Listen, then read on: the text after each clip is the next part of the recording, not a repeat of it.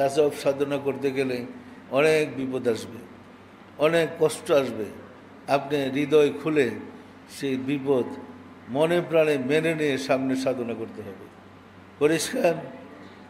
এই পরীক্ষায় যদি আপনি উত্তীর্ণ হতে পারেন, আপনি মোমেন, আপনি আশিকের রাসূল। মনে রাখবেন, রাজা বাদশাহ, আমির ফকির, সুফি সাধক সর্বকালে সর্বযুগে ছিল, আছে, ভবিষ্যতে থাকবে।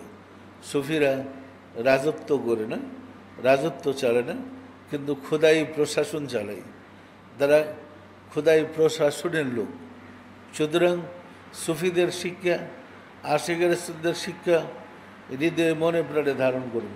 সম্মানিত আশিকের রাসূলেরা, মনে রাখবেন, যারা আশিকের রাসূল তাদের উপরে ইমানি পরীক্ষা আসবেই, বিপদ আসবেই।